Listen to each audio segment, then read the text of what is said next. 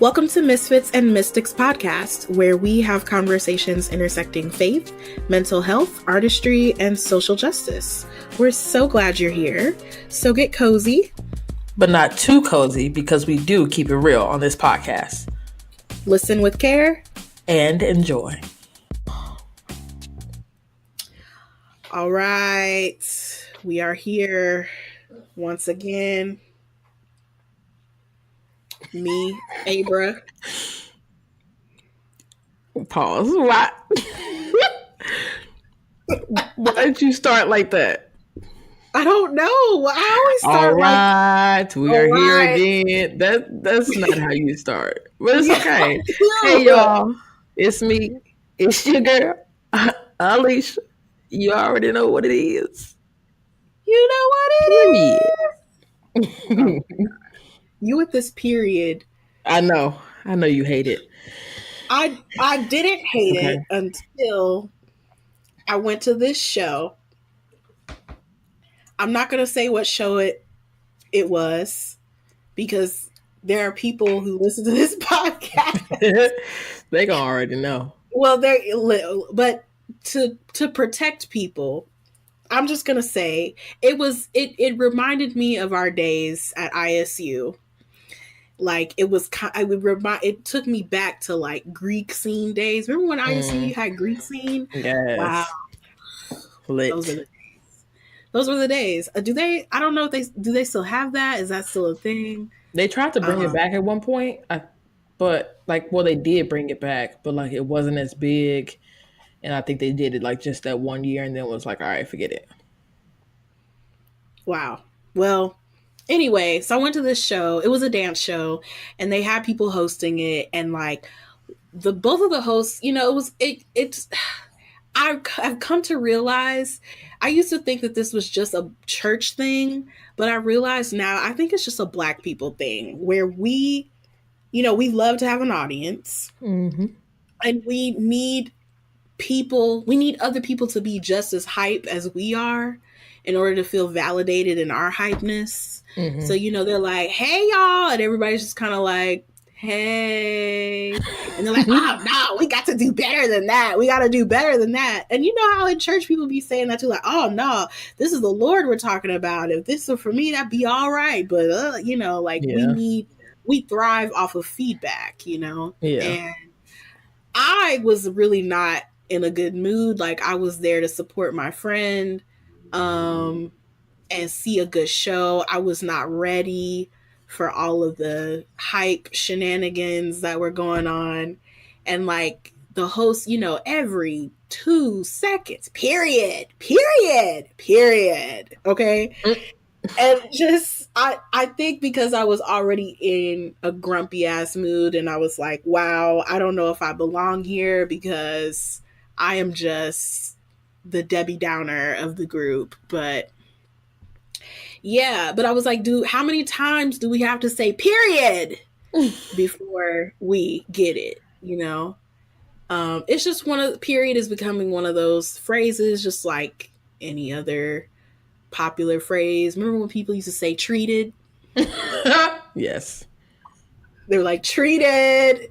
Yeah, it's become that. It's become on fleek. It's become by Felicia. It's, all of which should have never been a thing, honestly.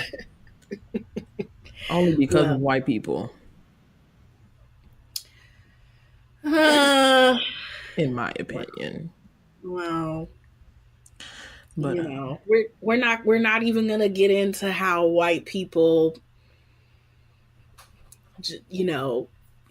kill, steal, and destroy. No, literally, that's exactly what it is. Yeah, that's crazy. Shout out to our white listeners. Hashtag not all white people, but but no. But speaking of white people not being trash, this is awkward. I was like, wow, what a transition. Yeah, this is, wow. Okay, what an awkward transition. But I just wow. Okay. This episode is going to be difficult because shit happens, and a really shitty thing happened over the weekend. So originally I had this whole episode planned where we were going to talk about all of these horrible things happening in the world, and we were going to go on these like, you know, political rants, you know, and just kind of talk about all the problematic shit that's happening and what we can do about it.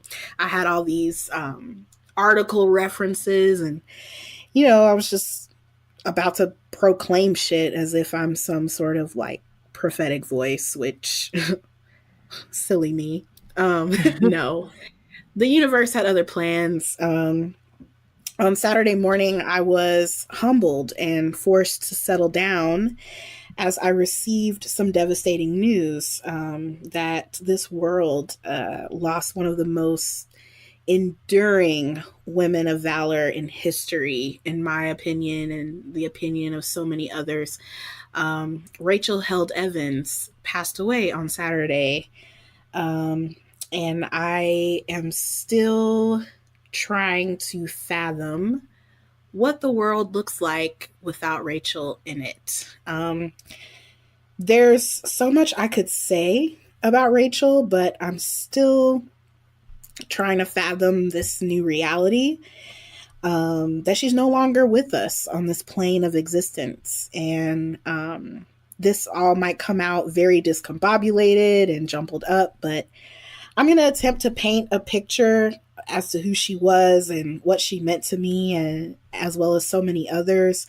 I know that my words are really but a tiny speck of all that could be said about her. And, you know, because I personally didn't know her. But I also know that part of the reason why I am able to speak the words that I speak every week on this podcast, believe it or not, is because of Rachel. The groundwork that she set before us. And I feel like I owe her this moment to pause and reflect on her life and what she was and still is to so many of us. And my one regret is not speaking some of these words sooner. It's been said, you know, a lot on social media and blog posts and articles. Like, you know, when people die, people are like, make sure you give the people that are living their flowers now. And I used to like roll my eyes at that, but this particular loss has really refocused how I feel about that. So I wish I had said more or like shown more gratitude or appreciation. And I'm now in a place where I want to like be more in a posture of gratitude and reflection. So, anyway, so Rachel Held Evans, who, for those of you who don't know who she is a popular progressive Christian author, blogger, speaker. Look her up. Her work is out there still and forever will be. But she was to me, she was a true prophetic voice of our generation. You know, she wrote books like A Year of Biblical Womanhood, Faith Unraveled, Searching for Sunday. Her most recent book, Inspired, I know Inspired has like brought people back to falling in love with scripture again and looking at scripture in a new way. She's a speaker, a conference curator, and host. She was one of the hosts of Evolving Faith Conference, which I've talked about on the podcast before. But she was, you know, more than that. She was an ally. She was a nurturer, an encourager. She was a mother, a wife, a sister, a daughter, a friend. And for many people like me, she was somewhat of a digital pastor. For those of us that have been unchurched for a while, her words encouraged to speak on controversial stuff, especially at a time when most were only scratching the surface. She rustled many feathers within the evangelical church. She made us think, spoke truth to power, took some mighty blows against the empires of injustice and fear. And with all of her fierce and mighty strength to call out the dumpster fire that culminates into this messy faith we call Christianity, her words also created and cultivated solutions, a new option, new perspectives, a new way of doing community that I believe reflects the kingdom of God. She forged a path for us misfits, outcasts, forgotten, oddballs, rejected and excluded. She invited us in, humanized us, gave us a voice, and cheered us on. She shared her journey of wrestling with the big questions. She was authentic in her process of discovering and rediscovering over and over again who God is and how to engage in her faith in the world in which we live. Rachel was instrumental in changing the trajectory of many people's lives and vocations and journeys, including my own. I recall sitting in my apartment on Kingsley Street in Normal, Illinois, right across the street from campus, just digesting her words through her books and her blog. I kind of became a little bit of a fangirl of her for quite a while. But her courage and tenacity to speak on things when other people weren't was so life-giving to me. In a time where I almost walked away from this whole thing. Almost walked away from God, from community, from wrestling, and she kind of spoke life into those dead places again. She gave us permission to ask the hard questions. And after reading her book, Searching for Sunday, I began to really commit to the process of balancing the anger I felt while charging forward to cultivate new ideas and to not be afraid of them. Reading her words and following her example led me on a journey of seeking bravery and truth and inviting fresh perspective into what seemed to be an old, tired, dead faith. She alivened faith again for me and for so many others. In addition to all of this, Rachel was a beautiful example of what it means to be an ally. She did the deep and necessary work to address her privilege and use it to elevate people on the margins. She often set aside her own advantages and put herself on the line for the greater good so that everyone would be taken care of. She wasn't afraid to call out injustice wherever she saw it. She wasn't afraid to make mistakes and view correction as a gift and use it as an opportunity to teach others. She operated from a mindset of abundance instead of scarcity. I know of so many other great authors, leaders, innovators, and activists because she was always willing to plug them in their work, literally shouting them out from every inch of her blog, her Twitter page, and any other platform she occupied. And not only was she an ally, but as Adrienne Neves put it, she was an accomplice to the dismantling of oppression. She truly was a model for white women everywhere on how to be better, especially when it comes to partnering with and walking alongside women of color in the arenas where we are often shut out. Austin Channing Brown, one of my favorite authors, author of I'm Still Here, you should get the book, recently expressed her gratitude for Rachel, not just because she championed for her, but because she did tangible things to help steer the careers of so many like Austin. She talked about how Rachel not only encouraged her as a fellow author, but introduced her to literary agents and making sure Austin was being treated fairly. So many people can credit their careers and their platforms to Rachel, offering encouragement and handing over the mic to them. Her work and influence has given many of us the courage to walk in her truth. So many women who were told no, rejected in pulpits, platforms taken from them. Rachel helped to restore that and helped us pick up our microphones anyway. So many LGBTQ folk who were kicked out, abused, and told the vicious lie that we were unlovable, that we needed to change in order to be included in the family of God, that our lives and our existence were a threat to the gospel and to the well-being of our brothers and sisters. Rachel gave us another option. She affirmed us before it was popular. She reminded us that we are loved, we are included, we have a stake in this claim, and she helped mend what was broken. We owe her a lot. Rachel made so many people visible to me that I might not have known, and thus has created this network, this family of people, this group of misfits, mystics, rebel rousers, doubters, wanderers. And wow, what an amazing holy cloud of witnesses that truly reflect God's kingdom. Rachel's own word says, "This is what God's kingdom looks like. A bunch of outcasts and oddballs gathered at a table, not because they are rich or worthy or good, but because they are hungry, because they said yes. There is always room for more." Rachel, like Christ, made so much room at the table for all of us. She reached out and let us all know that we were loved by God, and that even if we weren't sure of all of the theological questions, we were held by his love. And I believe that Rachel Held Evans was and is certainly a child of God, loved by him, and is certainly adored and celebrated. Her legacy is one to celebrate, and I'm so proud that I was able to experience just a little piece of her in this lifetime. She saw the good in all of us. She had hope even in the midst of so much sorrow and pain.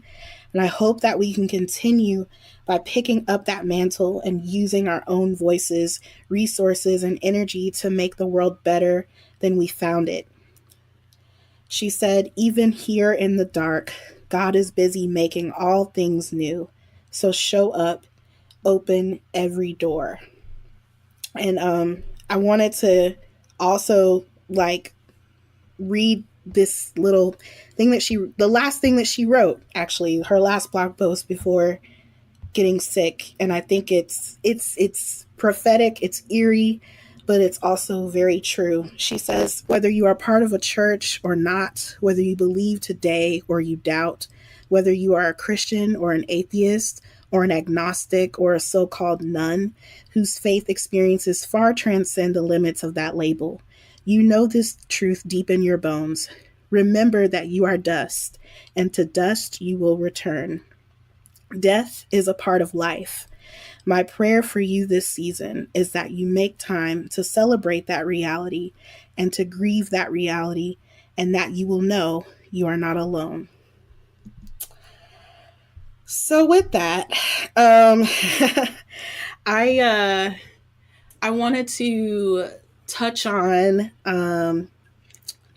just a little discussion about grief and loss, particularly within the realm of grieving people we may not personally know, but were impacted by their influence in the world, and how it's possible to have love for others that, we don't maybe have personal connection to, but,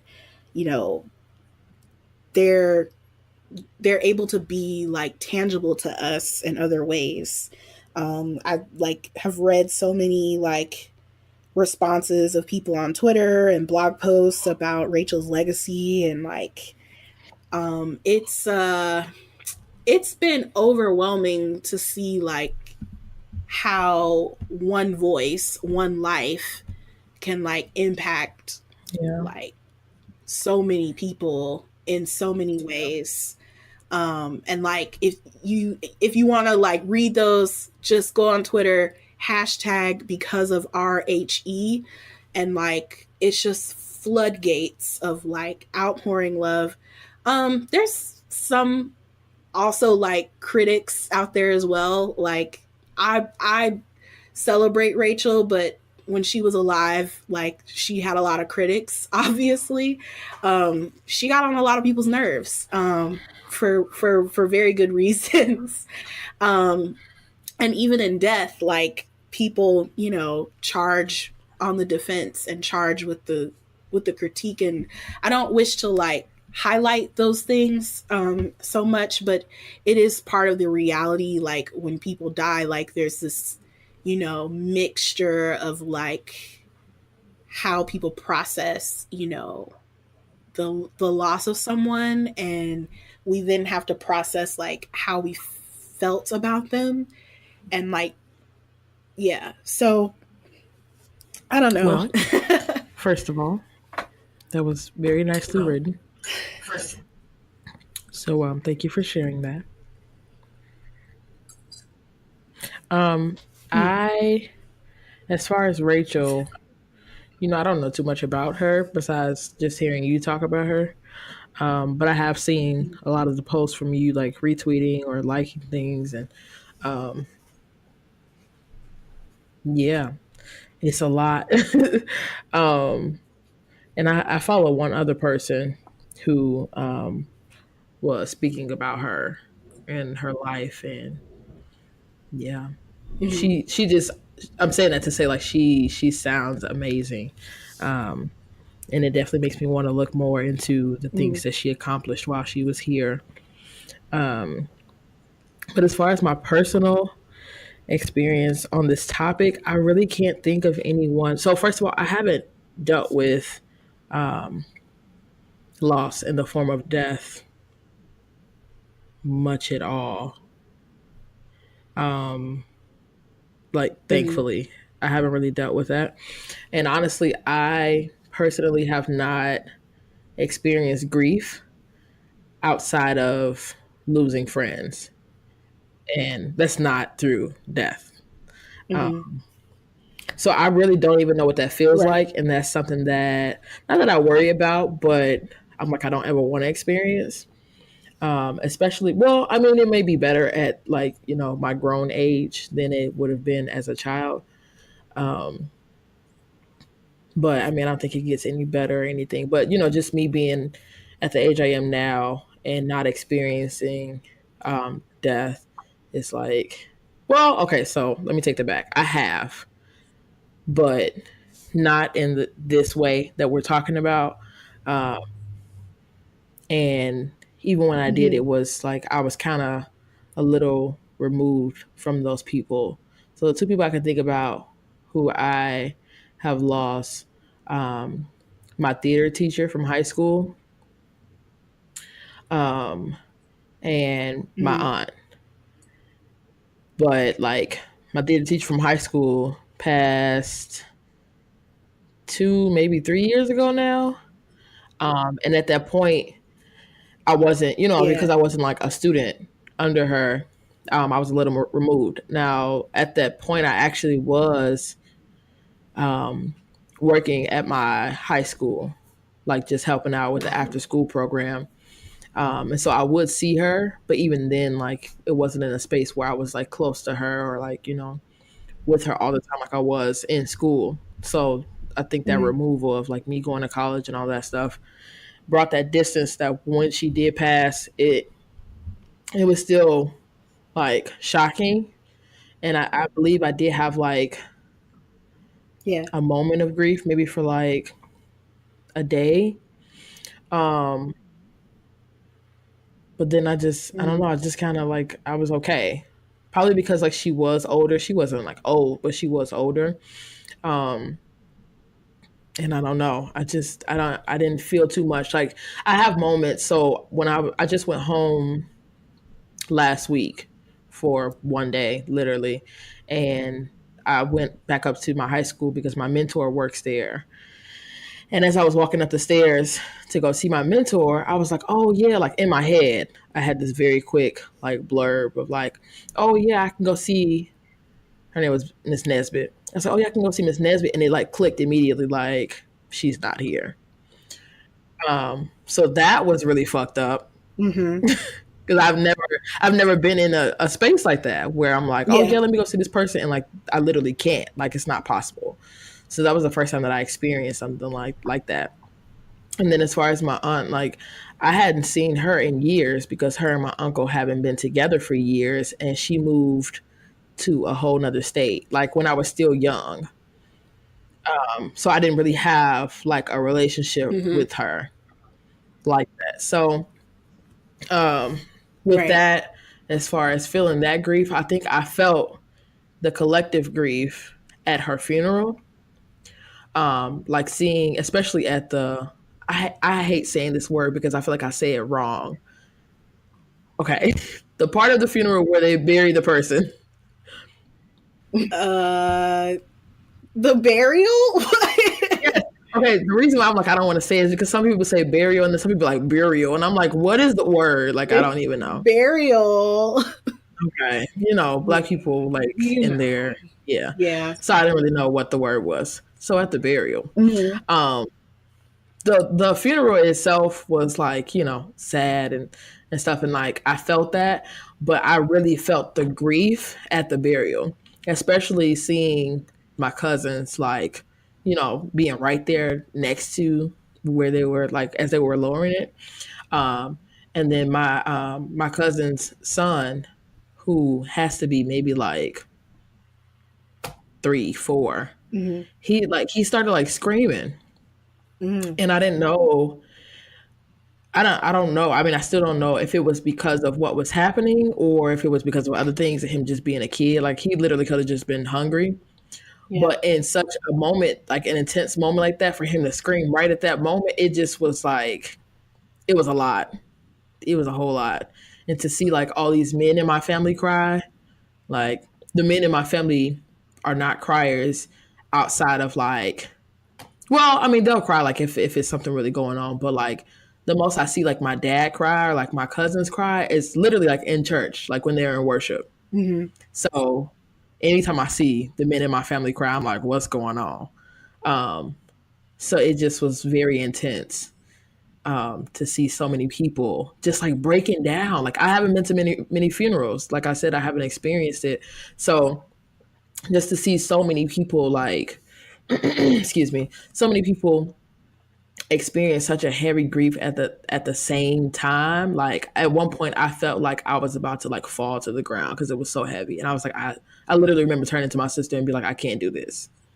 And I was Mm-hmm. about to just like walk off and go to my car, but then I'm just like, let me just, push through it and like allow those emotions to happen.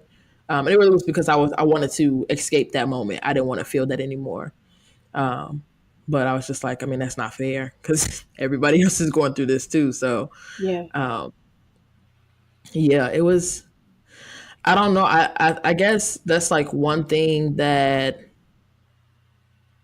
I don't care for when it comes to a collective. Mm-hmm. Like when it's like a crowd of people, like singing, and it's just this happy moment of like everybody singing together at a concert, at church, whatever. When you have those, what do you call it? I can't think of the word. I literally can't think of the word. But when you just have those really beautiful moments, um, Yeah.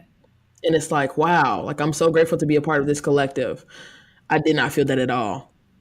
And not that I didn't want to be a part of it and I wanted everybody else to be a part of it. I didn't want any of us to be a part of it. Like I didn't like that. Mm-hmm.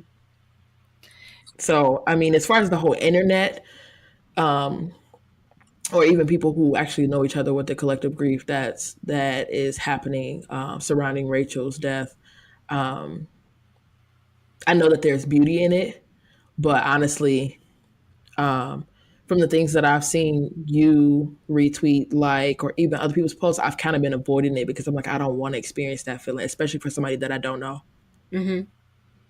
Yeah, that makes a lot of sense because I feel like we as a society, like, we're not trained on how to deal with grief. Not at all. Not that there really is a right way or a wrong way to do it. Like I Mhm. know like many people um who, said I have to step away from this collective moment Yeah. because it's not helpful to me. Whereas other people, they need the collective to know that they're not alone, or um, so I particularly with Rachel, like I know some people that I've talked to, like they're like, yeah, I've just been like listening to old podcast episodes that she was on, like The Liturgist, or she was on so many, honestly, but that's just one podcast that comes to mind. Like her books, like, can be found on Audible, where she actually is narrating it, so you can actually hear her voice, like reading her own words. You know, for some people that helps. For other people, you know, the sharing and the liking and the like, being part of a collective where we can share in the memories and the stories and how like we've been impacted by her life. For other people, it's like writing and journaling and just being with loved ones, living out the sentiments in their daily actions. For me, it's been a collection of all of it.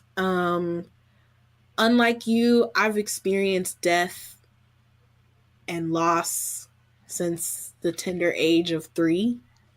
I can recall when you talked about your little cousin who was 3 or 4 screaming during that moment. It took me back to this memory that I often speak on. I usually speak on it in a joking way, but that's just like me, like processing that. But one of my aunts had passed on my father's side, and this was the first funeral that I have memory of, and he had me in his arms and he said, "Now we're going to view the body." And she was laying there in that casket, and I screamed, I yelled, and I quenched, and I retreated into my father's arms, and I said, "No, Daddy, no." You know, wanting to avoid this body that lays before us, and being faced with the reality of death, and like to have that experience at such a young age, and then it kind of create this catalyst for more death, and more loss and more grief. I can say I've probably been to more funerals than I've been to weddings. And like and at a very young age, I can recall one of the deaths that really impacted me was the death of my cousin, who wasn't even like 21 years old, like 19, 20 years old, was shot and killed. And I always remember that funeral service. I had to have only been like 5 or 6, but just the images of my family members, the tears in their eyes, the solemn energy in the room. But you know, not just with family, like I think also because my dad was an associate minister at our church, like whenever there was a death in the church, like my dad often had to be there, had to show up. And I was, you know, a daddy's girl, and I followed him all around. And, you know, if he was at Bible study, I was there too. If he was at teachers meeting, I was there too. And so it was just inevitable that sometimes when there was a funeral, I'd be there too. And seeing and experiencing the collective sadness. Funerals like used to scare me, and they kind of still do, because, you know, especially within the Black church, where, you know, we lament very loudly, you know, hearing the wailing and the screaming and the physical manifestation that happens when you are coming to accept that the person is no longer physically here. It's a lot. And I even reflect back to the death of my best friend. She died when I was still in college. She was only 22. And I remember that day. I was literally laying on the couch watching Grey's Anatomy. And to this day, I still struggle to watch this specific episode of Grey's, because it it takes me to a place of when I finish this episode, I'm going to get bad news. But I got the message, and I remember literally vomiting, like, because it was so jarring. And the thing was, is she was very sick. And so, like, logically, I should not have felt shocked. I should not have been in a state of disbelief. But it's just funny how, like, grief works. It sneaks up on you and comes out in very unexpected ways. And, like, dealing with the aftermath of that loss, like, to this day, I'm still not completely, like, healed or recovered from it, and I don't think I ever will be. And I'm toying with the idea that maybe I'm not supposed to be. And that's okay, and that I'm not alone in it. But similar to that moment, because in that moment I was in a place where, like, I wasn't really around anybody that, like, knew her or had a context of her, because I was, in school, and, like,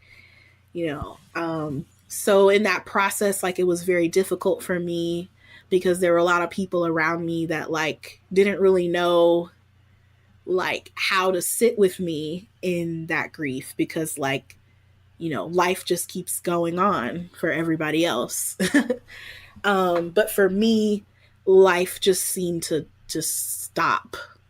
And I guess similar to, like, with Rachel's death, like, it's a different kind of grief, because, like, I wasn't personally connected, so it's not like the grief is so overwhelming in the way that, like, it was with my best friend.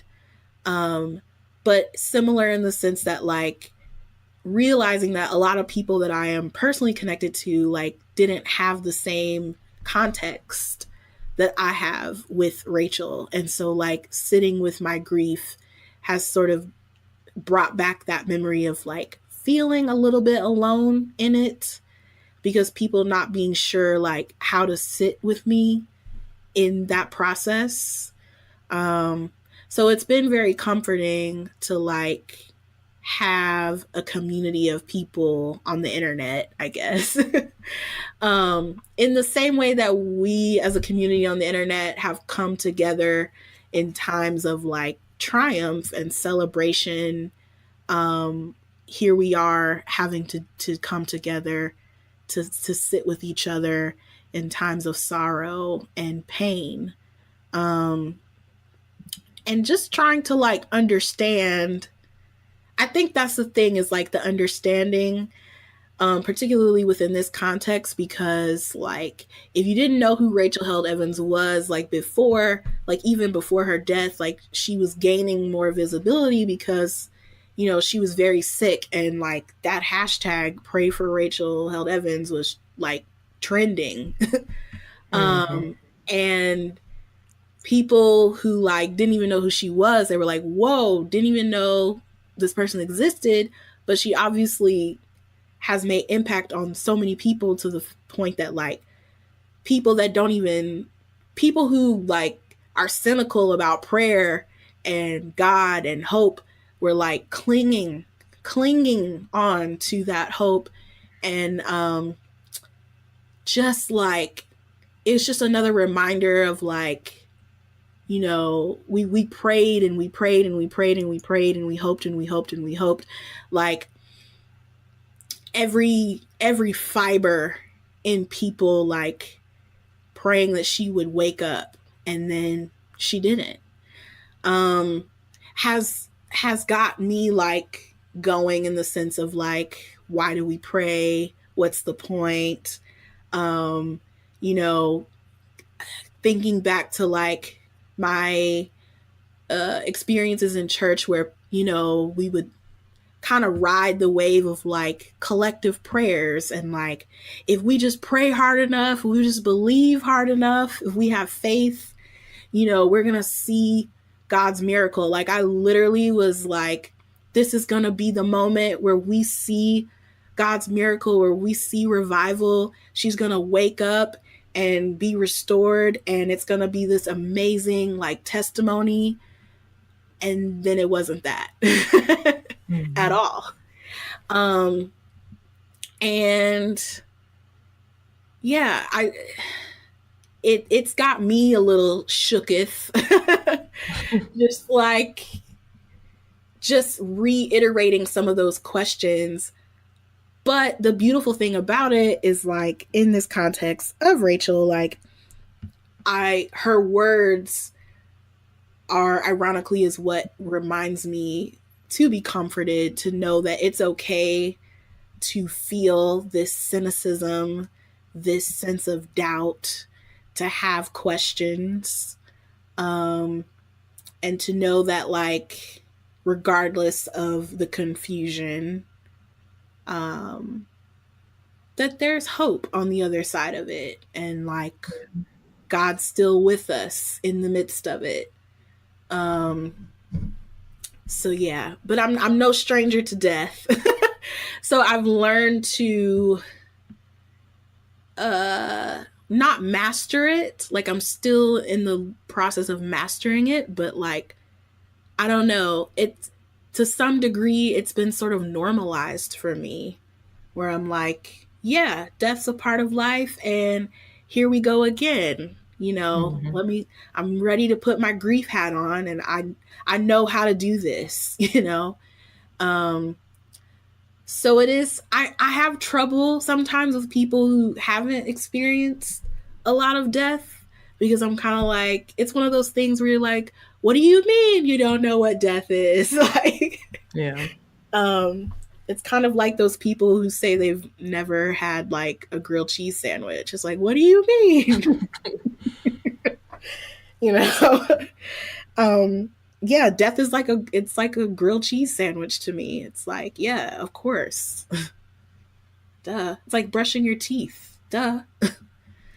But it doesn't make it any less difficult, and I can only imagine the people that actually did know her and love her intimately, like what they must be going through. Because like I said, like, losing family members and close friends over the years, you never fully recover from it. So the fact that like her close friends were even able to like share the news, be a part of this collective grief among us and with us, is like a testament to such strength, because I don't know, a lot of people would probably just shut down and shut the world out, which is okay if that's what needs to be done. But like,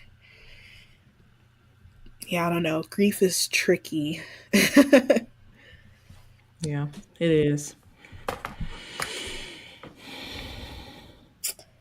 Yeah, I don't know. All I can say is like, there's really no right or wrong way to like do grief, but like, I guess I can say that there are some things that people have said or done that like haven't always been helpful to me, but maybe it's like helpful to other people. I don't know. But like the whole like cliche, everything happens for a reason. God doesn't put anything more on us than we can bear. I'm just kind of like, I just feel like statements like that are very disingenuous to the reality of what's happening. Especially within like the, you know, churchy, like Christian context.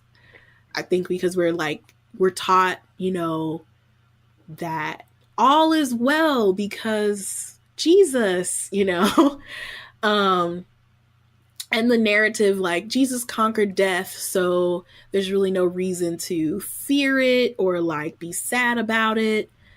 But I also look back to Jesus with grief, who's an excellent master of it. Like, when Jesus goes to Lazarus, his friend, knowing that he will rise, he still cries. He still weeps for his friend.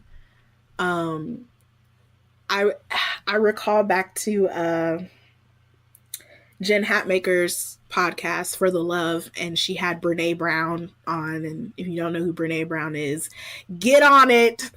She actually has a Netflix special right now. Like, everybody's always talking about Brene Brown. But anyway, one of the things that she said in that episode, where she was talking about a moment in her childhood where they went to this funeral, and the pastor, you know, was spouting off all these cliches and be like, we should not be sad, we should not mourn, we should be celebrating because, you know, so and so is in heaven with God and blah blah blah blah.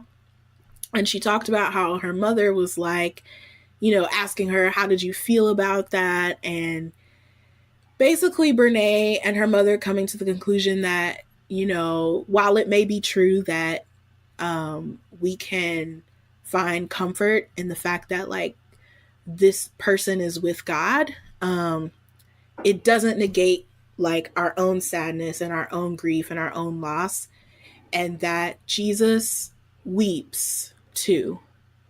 Jesus weeps for the loss too, with us. And I've taken that with me now, and, like, yeah, I think that there's this, like, dual complexity of, like, praise God, like, for Rachel's life, praise God for the lives of those that we've lost, but also, like, damn you. And I believe Jesus, like, holds space for us to, like, feel that, and he weeps right along with us. He mourns for the death of Rachel just as we do now. Like, he mourns for the death of our friends. He mourns for the death of seasons in our life. Like, because grief doesn't always have to be about people, like, physically leaving this earth, but, like, any type of loss, like, that we experience, like, is deeply devastating and deserves our genuine attention and reverence. And he mourns with us, and he understands, all while being glorified at the same time. You know? Absolutely. So, yeah. I don't know. She was a good woman, and, like, it was an awkward transition because we were talking about white people being trash, but, like, right. Honest. So, like, Kevin Garcia, like, he tweeted this thing where he was like, I don't trust straight people. And I think I replied, like, I don't trust straight people either. And then I started thinking, I low-key don't trust white people either, you know? Right. But I can say truly, truly, truly that even without, like, knowing Rachel personally, like, when it comes to, like, people of influence, people that have power, and, like, some level of fame, like, I can truly say that Rachel was one of the few white people that I trusted to, like, do the right thing and to not be trash. And it's so like, it's just so, it feels so wrong, like, that someone like that is, like, taken away, like, taken out of this world, and, like, people that are just, like, can't even come close to the, like, grace that she embodied. Like, they're still here, and, like, right. That's, I know that's, like, kind of fucked up to say and to think, but that's just, like, truth. This is the truth of, like, how it's an honest feeling. Yeah, and, like, it's like, why? It's that age-old question, like, why do bad things happen to good people, while the wicked, like, and the privileged just keep on benefiting from the blessings, you know? But I don't know. But who am I to measure someone's worth, you know, and what they deserve. Because truth is like none of us are getting out of this thing alive. We're all gonna bite the dust someday, and so in due time, like people will have to meet their maker, you know, and it just the human in me is it just feels wrong, you know. Nothing is right. Like Donald Trump is our president, and you know Rachel is no longer in the world. But I hope and I know that like her example is like going to empower others to like do the necessary work that like bends towards justice, and bends towards grace. I believe she was a beacon and a vessel of light and love, and like God truly did use her for glorious things. And it's not the end, it's just the beginning. I think she has in her death like is wielding like and revitalizing a movement that she started, and hopefully like those of us that like are part of that can just continue in that, and pick up the mantle and just keep going. Jesus said greater work she'll do, you know. And if that's true for that, like greater works will do, you know. So I'm sad as fuck, but I'm excited too, because like yeah, I feel like this is gonna wield like even more like greatness in the world, to where everything that seems wrong is gonna be made right again. And Rachel, she believed in resurrection. She believed in the resurrection. She often talked about resurrection. And so I am a resurrection person too. It's something that I'm deep. The one thing that keeps me bound to this like Christian life. You know, if there's one thing that makes me a Christian, it's that I believe in resurrection.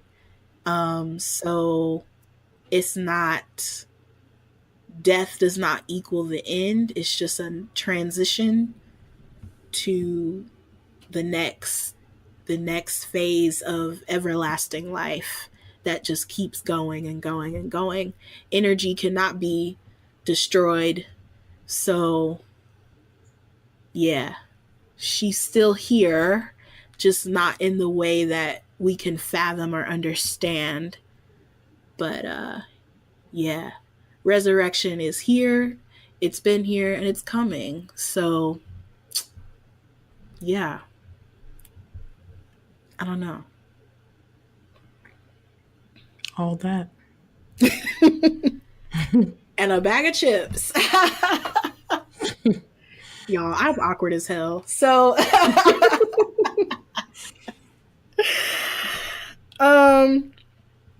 but yeah, I think it's interesting that I've known this about you, like your experience with grief or lack thereof. But I guess how are like but I know you've lost things in your life. And like, I guess my question to you is like, how do you usually like process that grief of losing something or someone? I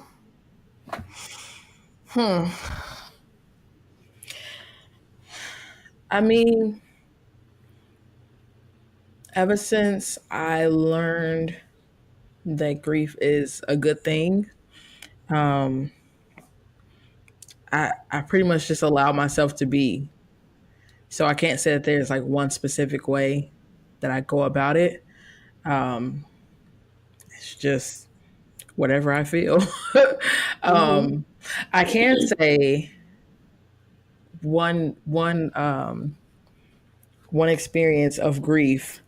If this is grief, would you consider grief like after a relationship ends? Absolutely. Lauren, Grief, would you?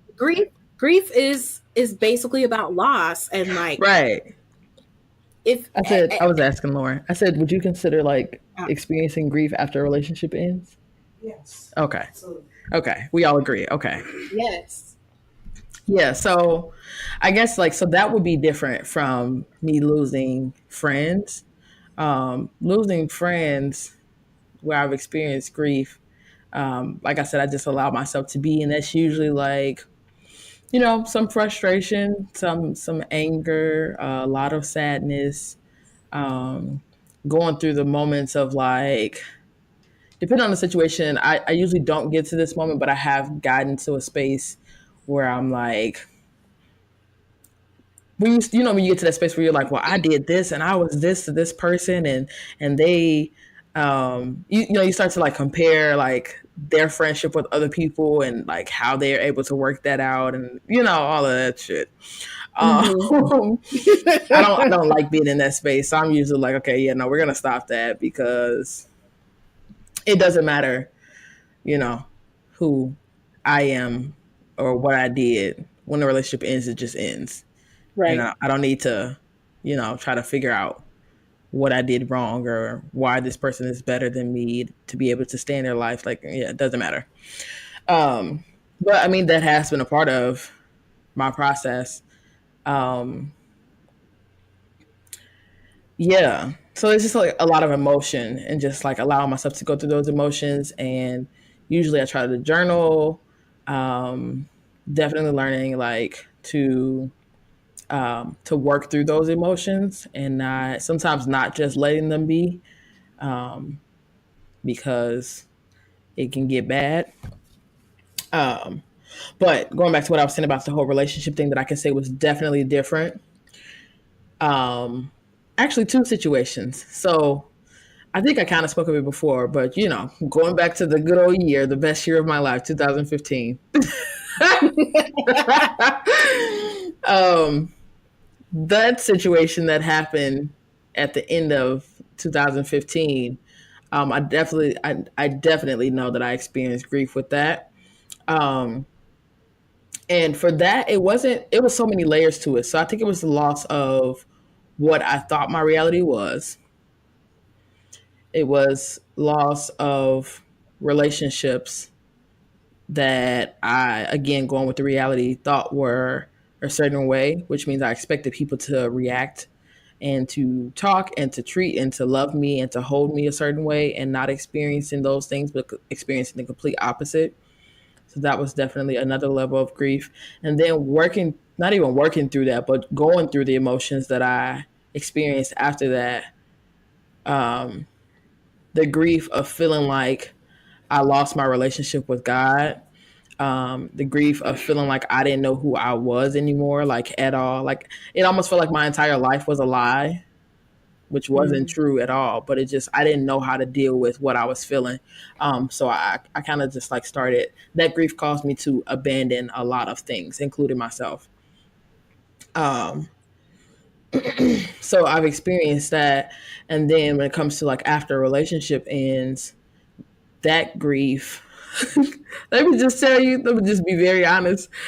I dealt with both of these situations, the grief that came from the 2015 and the relationship ending. I dealt with both of those levels of grief terribly. Like I did a Mm. horrible job. And not that you need to, let me just say this for everybody else, not that you need to,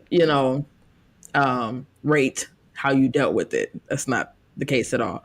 But I just know, looking back, I don't even know, had I had better support, had I been more open, um, there were a lot of things that could have just been, and it wasn't. And that's just what it was. It's fine because I'm an amazing person now. Period. Um, but yeah, just the grief of losing the relationship. and it really was a loss for me. Was so bad because I was still like dealing with depression, still dealing with the stuff from 2015. I didn't know how to handle any of those emotions. That was definitely a time where I started like drinking and smoking a lot. Mind you, I was smoking freaking Black and Miles. Like, what? It was a very interesting, weird, terrible, dangerous time. Like very dangerous. A lot of times during that state of grief, I I just didn't want to be. Like I didn't want to experience the emotions and stuff, but then I did also have some times where I just like I wanted to kill myself, and I was just like, bro, this is just too much. Like I just want to be completely over it.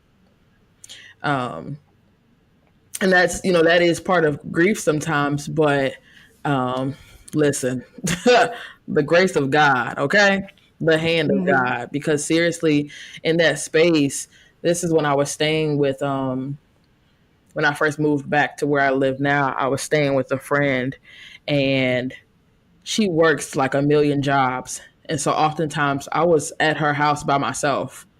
So like if you really think about that, had I not had, you know, God holding me, or even just the thoughts of me pulling myself back, thinking about like my parents and, people who love me and all the good things that grounded me, had I like lost my mind, like I really felt like I was losing my mind, it would have been easy because she wouldn't have been there for like hours. And then there were times where she like left town to go visit her family because she had stuff going on within her family. So I really had the space, the opportunity, and the time, but I didn't. Thanks be to God. So the ways that I've dealt with grief have been different. But I think that now that I am more stable, I'm more aware and more open to my emotions, but I'm also more stable in my emotions. I try to just like let myself be, and I try to talk to people. Being open with others in my emotions is still a bit of a struggle, but I always try to push myself to do so, not to bring anybody into my grief, because I don't, like I said, I don't like collective grief, but there are people who will walk you through those things, or just be there like whenever you need them, not pressuring you to like let me help you out. But just be like, I'm here when you need me, and seriously being there when you need them. So yeah, there's not one way I can say like this is how I deal with grief. It seriously just depends. Yeah. Yeah, I'd say the same thing about myself. It really depends on the situation, the people involved, where I'm at in my life. I mean, yeah, I would say similar to you, like there have been times where I've not dealt with grief in the most healthy way and has caused me to spiral, and praise be to God, like for not allowing me to completely lose it. Mm-hmm. And then even when I did completely lose it, for the divine intervention, a peace, a moment of peace enough for me to reach out for the little help that I got in that moment to get me to a place of stability before things just really like crumbled into flames. Um, but yeah, I'd definitely say now I have much more of a grip on like how to manage this like dumpster fire of you know, life, I guess. Yeah, there's, like I said before, there's really no right way other than making sure that like however you're processing it, that it brings forth like life and not destruction or total. I think in some ways self-destruction is necessary, but not to the point where we're totally like annihilated, if that makes sense. So yeah, I'm thankful that you're here with us. Thank you. And that you're stable. Yes. No, seriously. Seriously though, very, very grateful I'm grateful to be alive. Because as you know, these past few weeks I have been struggling. I hate that, tragedies have to like shake us back to reality. But man, I'm grateful to be here. I'm grateful for the people in my life. When I tell you I've been hugging my mother so tight these past couple days, it's easy to forget like the love that really is around us when we're like in a tunnel of darkness. But man, I'm grateful to be here. So, and to like share the space with you, no matter how far that space is. And to hold space for everybody. That's a part of this collective thing. Because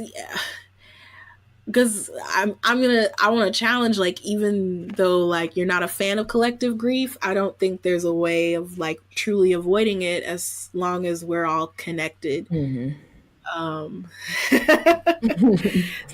So you may not be a full active participant in it in the same way that other people are, but just as a member of the human family, I think we all are tethered. Wow. Yeah. Yeah, no pun intended there. We're all tethered to the collective story and reality that is life. And if death is a part of life, then grief is a part of it, and there's just no escaping it. And so all we have is to like deal with it in the way that we deal with it. So yeah. But yeah, this was a solemn episode. Sorry guys to be the Debbie Downer. It wasn't that bad. Tried to bring some humor into it because, as Alicia says, it's never that deep. I mean, I don't know if that applies to this situation, but yeah. Yes. It is that deep. Yeah, this is definitely that deep. Yeah, it is that deep. I wrote something like the other week because your I don't know, your saying of it's not that deep, it often pops up into my head a lot, and sometimes it comforts me and other times it pisses me off, as you know. And I was like, I can't even find it, it's not even that important, but I basically was like, if it was never that deep, then why did I have to bury it so tight,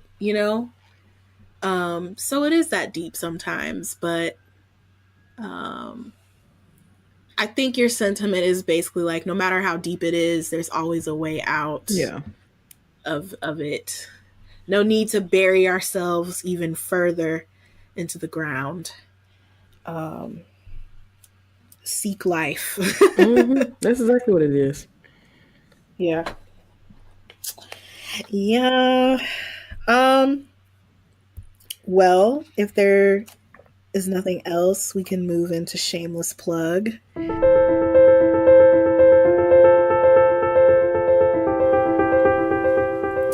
Shameless Plugs this week. We don't really have that many. While we're on the subject, there is a GoFundMe page for Rachel Held Evans' family. It was initially started when she was admitted into the hospital to cover medical expenses, and that GoFundMe is still up because that family is still going to have to deal with a lot of medical expenses, and I would imagine also funeral arrangements and other things. So if you want to give to that, we will link that GoFundMe page in the show notes. And also, if you are the praying type or just want to send out positive energy to Rachel Held Evans' family, loved ones, friends, the communities that she impacted, just send up those prayers, send up those good vibes. I know that we all feel them, and I hope that the family of Rachel feels them and knows how loved and wonderful she was. I'm sure they do, but yeah. In other news, more joyful news, I wanted to reiterate that I am starting a new class called Mystic Flow. It is basically merging spirituality and faith and how that informs us as movers, as artists, as dancers. So if you are a creative of any kind, but particularly those that work within the realm of dance or movement, and you also are a person that is interested or already embodying this practice of, finding new ways to engage in your faith or spirituality, this class is for you. And this class is primarily going to be taught in Found Movement Group's new space that is opening pretty soon. And when I have more information about that, I will certainly pass that along to all of you. But I'm also in the piloting stages of testing the waters with this class because it's basically a new framework that I've never really done in a public sphere. So this is one big, great experiment. So if you want to be part of that experiment, I will be doing a couple of pilot classes, some here in Nashville, but also some in Illinois. I will be in Illinois July 26th through August 10th. So if you live anywhere between the Champaign, Peoria, Bloomington areas, all the way up to Chicago land areas, some of the suburbs, if you live anywhere within that realm of Illinois, I would love to pilot this class with some of you as well.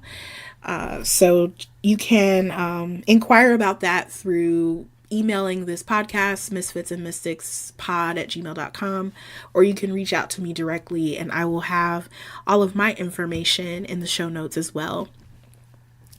Also, it is Mental Health Awareness Month, which we talk a lot about mental health on this podcast. So just wanted to show some reverence and respect and, just make sure that everybody's taking care of their mental health. It's important.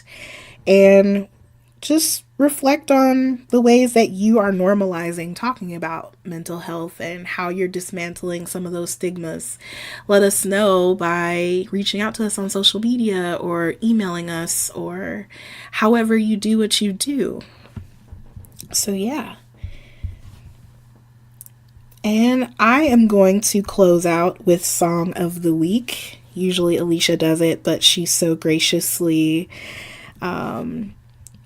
said that I should lead this. And this song that's been on my heart for the past couple of days is a song by Audrey Assad, who is a great and wonderful artist who her music has saved my life plenty of times. So if you don't know who that is, I highly recommend you check out her work. But her song Little Things with Great Love is the song that I am going to attempt to sing. I don't claim to be this wonderful singer, but in the spirit of collective mourning and collective hope, I bestow this song onto you and all of you, and just hope and pray that whatever you're going through in life, that you know that you're not alone, that you are held, that you are loved, and that we're here. We're all here for you. We're all part of this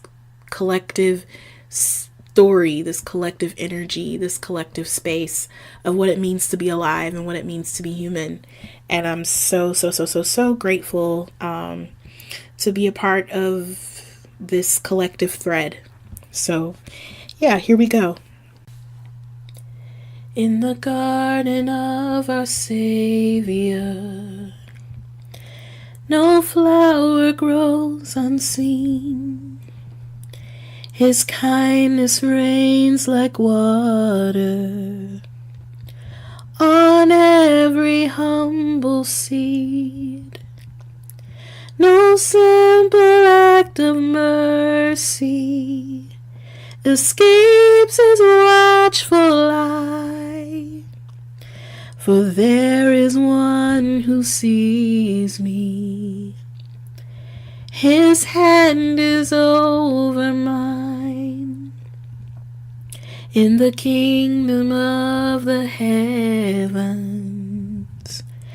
no suffering is unknown.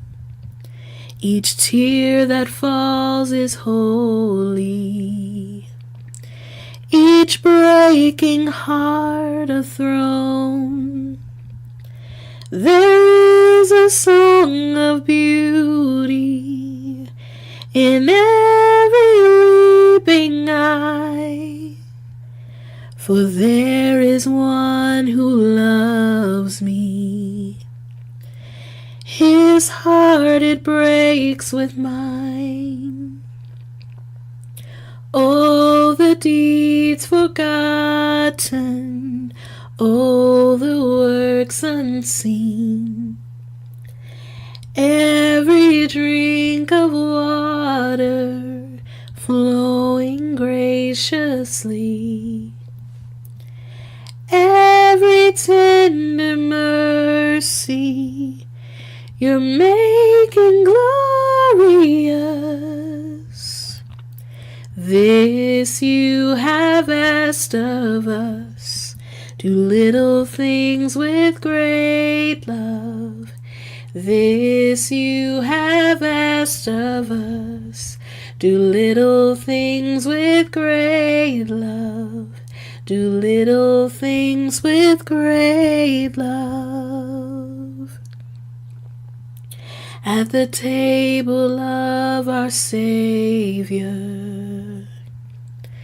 no mouth will go unfed, and his children in the shadows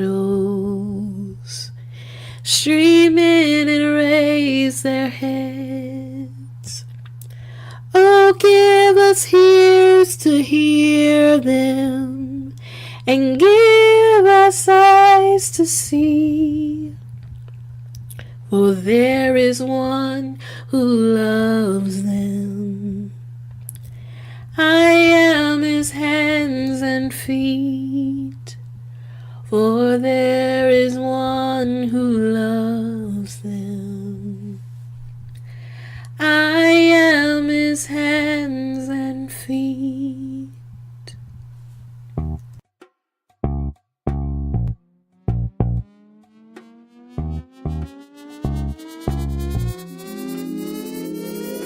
We want to thank all of our listeners for tuning in. Continue the conversation with us. Develop a community with other misfits and mystics like us, and get your latest updates on Shameless Plugs and other news by following us on social media. We are on Instagram at Misfits and Mystics Pod, Twitter at Misfits Mystics, and we also have a Facebook page that you can like and share. Want to reach us directly? Shoot us an email at misfitsandmysticspod@gmail.com. We would love to hear from you, and with your permission, we might give you a shout out on future episodes. Don't forget to subscribe on whatever streaming service you're using to stay up to date on newest episodes being released. Leave us a review on iTunes to help us gain more visibility. Plus, we appreciate the feedback.